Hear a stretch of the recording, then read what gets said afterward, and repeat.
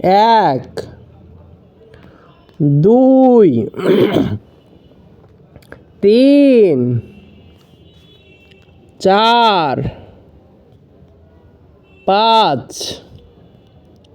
ছয়, সাত,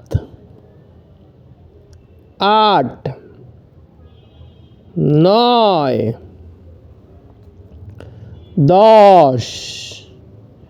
এবার 11, 12, 13, 14, 15, 16, 17, 18, 19,